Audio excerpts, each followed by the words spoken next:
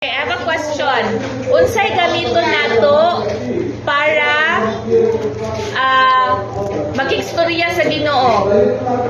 What do we do? Worship? Pray? Very good. What else? What do you do when you want to talk to God? You? Unsa ginang?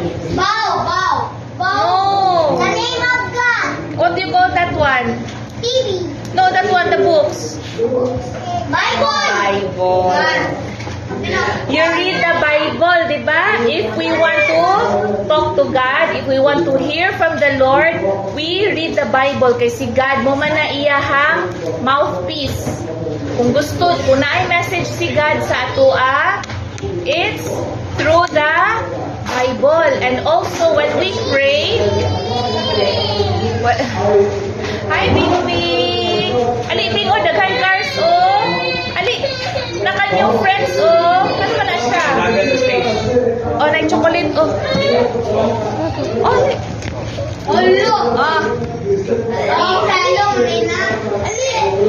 para dito mag-try. So, okay, mag-pray and mag-read sa Bible. Ano sa to? Worship? Very good. So, that's what we do para ihatag na po isa ka na magsigig answer. Okay. Daghan mo ko dali. Daghan mo ko treats. Wow! Basta magsigig answer, daghan ako treats. Okay? Okay. So, this time, atong i-distribute ang Bible. Dili ko ate. Mag-read ta sa Bible.